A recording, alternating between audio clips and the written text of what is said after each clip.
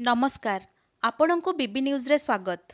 आसंतु आमे जानिबा सबु स्वतंत्र और सठिक खबर। समस्त नूतन अपडेट पाई आम सहित रुहंतु।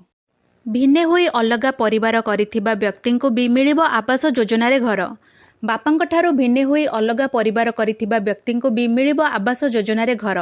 प्रधानमंत्री आवास योजना को नहीं पंचायतीराज मंत्री रवि नायक बड़ बयान देइछंती। से कहिछंती जे पूर्व सरकार रे वंचित होइतिबा योग्य हिताधिकारी को चिन्हट करी 6 मास भितरे कार्यादेश देबे बीजेपी सरकार। पूर्व बीजेडी सरकार को कड़ा टार्गेट कले पंचायतीराज मंत्री। एही प्रक्रिया रे 20 रु 22 लाख पर्यंत हिताधिकारी को मिलिबो घर।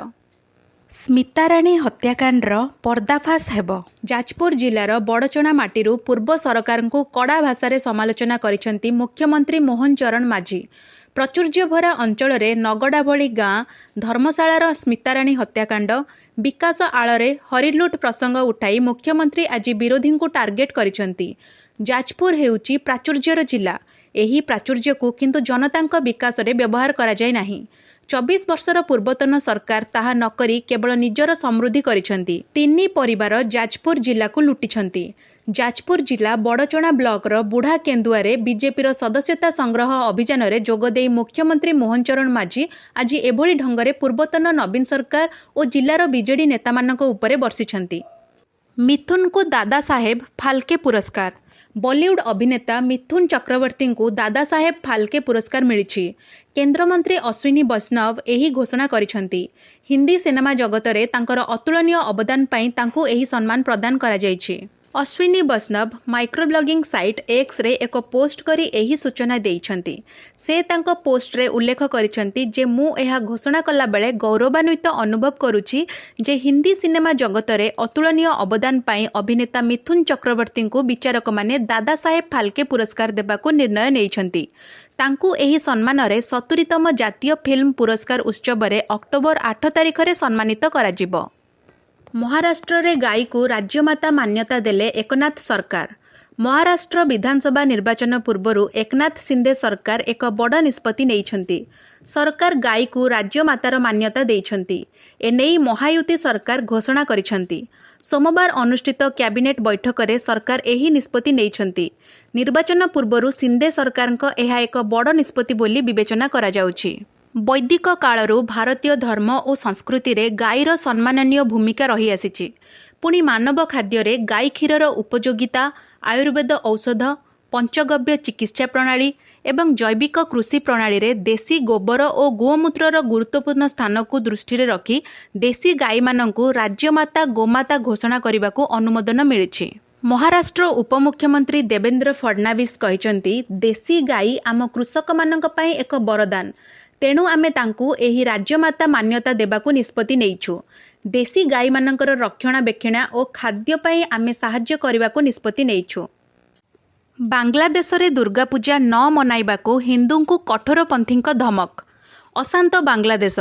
पड़ोशी देश बांग्लादेश रे कठोरपंथी खोलाखोली धमक। एने हिंदू संख्यालघु समस्या बढ़िबारे लागिछि। अनेक छात्र संगठन देश रे इस्लामिक नियम को आधार करी शासन करने दाबी मध्य करुछंती। वर्तमान दुर्गा पूजा पालन न करने हिंदू को धमक दिया जाउछि। दुर्गा पूजा विरोध रे विरोध प्रदर्शन करी हिंदू शिक्षकों को चाकरी बाहर कर दिया जाउछि। कठोरपंथी खोलाखोली धमक देउछंती जे जदि दुर्गा पूजा पालन करने को केही पदक्षेप नियंती तेबे तांको छड़ा जीव नाही। जेउ माने एहाको विरोध करुचंती सेमानंको बांग्लादेश छाड़िबाकू परामर्श दिया जाउछि। दुर्गा पूजा प्रस्तुति रे जेउ लोकमाने नियोजित अछंती सेही लोकंकु टार्गेट करी खोलाखोली धमक दिया जाउछि। एबे धमकपूर्ण चिट्ठी मध्य भाइराल हेबारे लागिछि। 3 मासरे थरे बदलिबो पेट्रोल दर। पेट्रोल और डीजेल रो वर्तमान मूल्य निर्धारण व्यवस्था को सरकार परिवर्तन करने को योजना करुछंती। प्रति 3 मासरे थरे पेट्रोल डीजेल दर समीक्षा कराजिबो। जदि नुआ व्यवस्था को कार्यकारी करा जाए ताहेले पेट्रोल दर पिछा 1.5 टंका कमिबा संभावना रहिछि बोली एक रिपोर्ट रे कुहा जाइछि। जदि 3 मासरे थरे पेट्रोल एवं डीजेल दर संशोधन हुए ताहेले दीर्घ दिन पई दर स्थिर रहिबो। ह्रास वृद्धिर कौनसी प्रभाव ग्राहक अनुभव करिवे नाही। भुवनेश्वर परे भद्रक पाली। शंख भवन रे पहुंचिला कली। भुवनेश्वर परे भद्रक रे तेजिला बीजेडी गोष्ठी कंदल। शंख भवन रे पहुंचिला भद्रक कली। भद्रक जिला समीक्षा बेले शंख भवन रे मुहांमुही होइचंती दलर 2 गोष्ठी।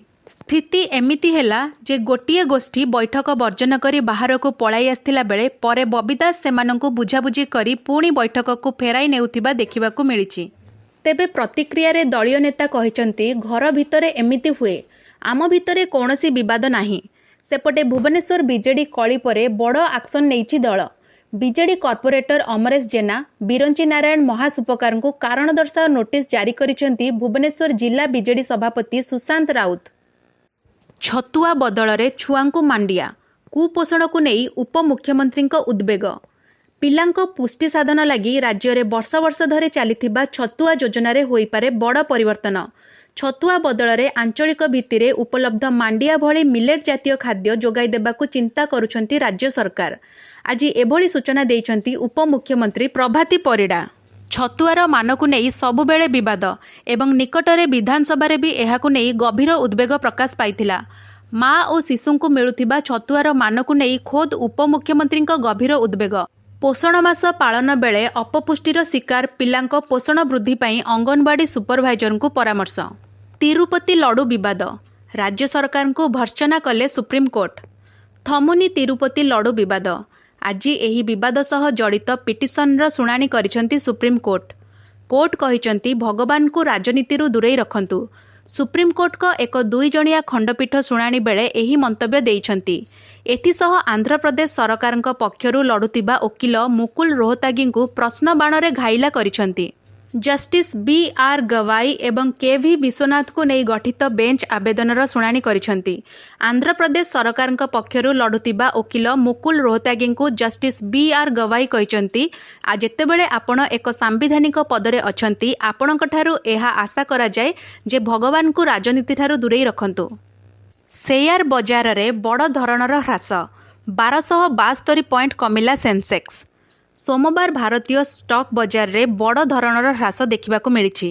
ସେପ୍ଟେମ୍ବରର ଶେଷ ସୋମବାରରେ ବିଏସ୍ଇ ସେନ୍ସେକ୍ସ 1272.07 ପଏଣ୍ଟ ହ୍ରାସ ପାଇ 84,299.78 ପଏଣ୍ଟରେ ବନ୍ଦ ହୋଇଥିବା ବେଳେ ଅନ୍ୟପଟେ ନିଫ୍ଟି 50 ମଧ୍ୟ 368.10 ପଏଣ୍ଟ ହ୍ରାସ ପାଇ 25,810.85 ପଏଣ୍ଟରେ ବନ୍ଦ ହୋଇଛି।